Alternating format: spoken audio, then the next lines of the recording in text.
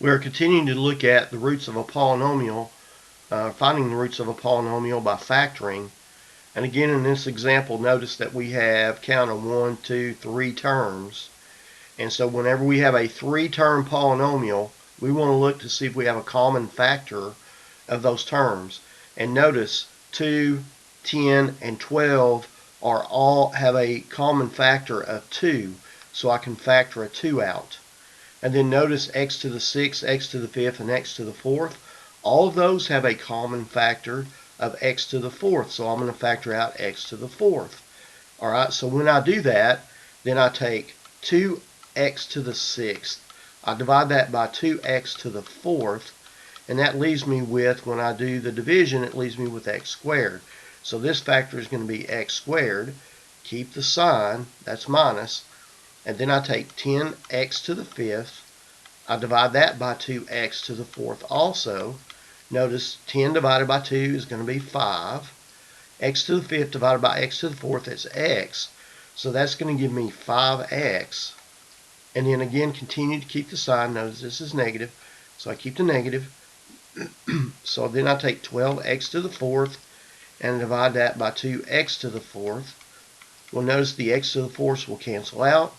I have 12 divided by 2, which is 6. So that's going to give me my other factor. Those are still all equal to 0.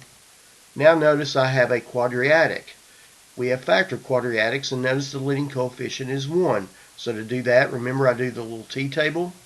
And I have -6, the factors of -6 that add up to -5. So that's going to be a -6 and a +1. -6 times 1 is a -6. -6 plus 1 gives me a -5, which is what I want. Alright, so therefore the binomial factors are going to be x minus 6 and x plus 1. And don't forget my 2x to the 4th that I've already factored out. That's all still equal to 0.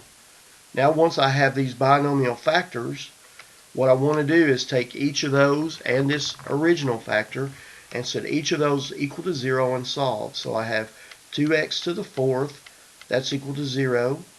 And then I have x minus 6, set that equal to 0. And then I have x plus 1, and I'm going to set that equal to 0. Now to solve this one, remember I divide by 2, both sides. 0 divided by 2 is 0, so that means x to the 4th is going to be equal to 0. Then to find out what that is,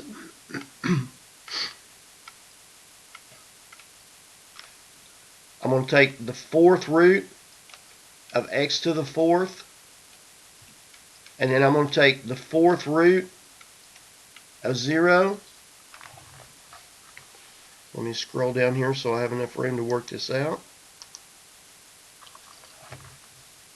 So when I take the 4th root of x to the 4th, that's going to give me x is equal to, the 4th root of 0 is going to be 0. So what that really means is that I have x equals 0 4 times. Or x equals 0, x equals 0, x equals 0, and x equals 0 because of this 4th root. When I come back up here, I'm going to add 6 to both sides. So that tells me x is equal to 6. And then I have x plus 1 is equal to 0. Subtract 1 from both sides. It gives me x equals 1.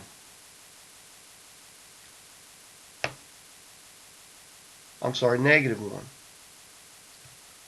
Alright, and then that means my zeros then, I have actually count them 1, 2, 3, 4, 5, 6 zeros. 6 zeros in this case. This 0 here, x equals 0, that has a multiplicity. We talked about that earlier, a multiplicity of 4. That's an even multiplicity. So before we looked at the graph, so I'm going to flip over to the graph of this polynomial now.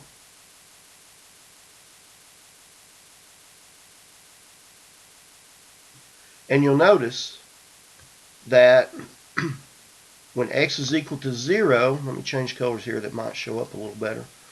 If you notice when x is equal to 0, notice what it looks like. I talked about earlier that an even multiplicity will hit the x-axis and it's like it bounces off.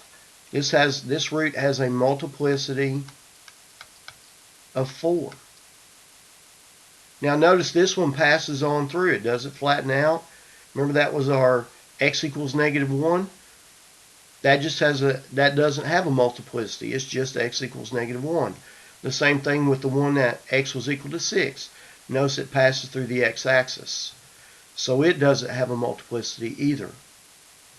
Again, graphically, this is what I wanted you to see, how this looks when you look at the zeros.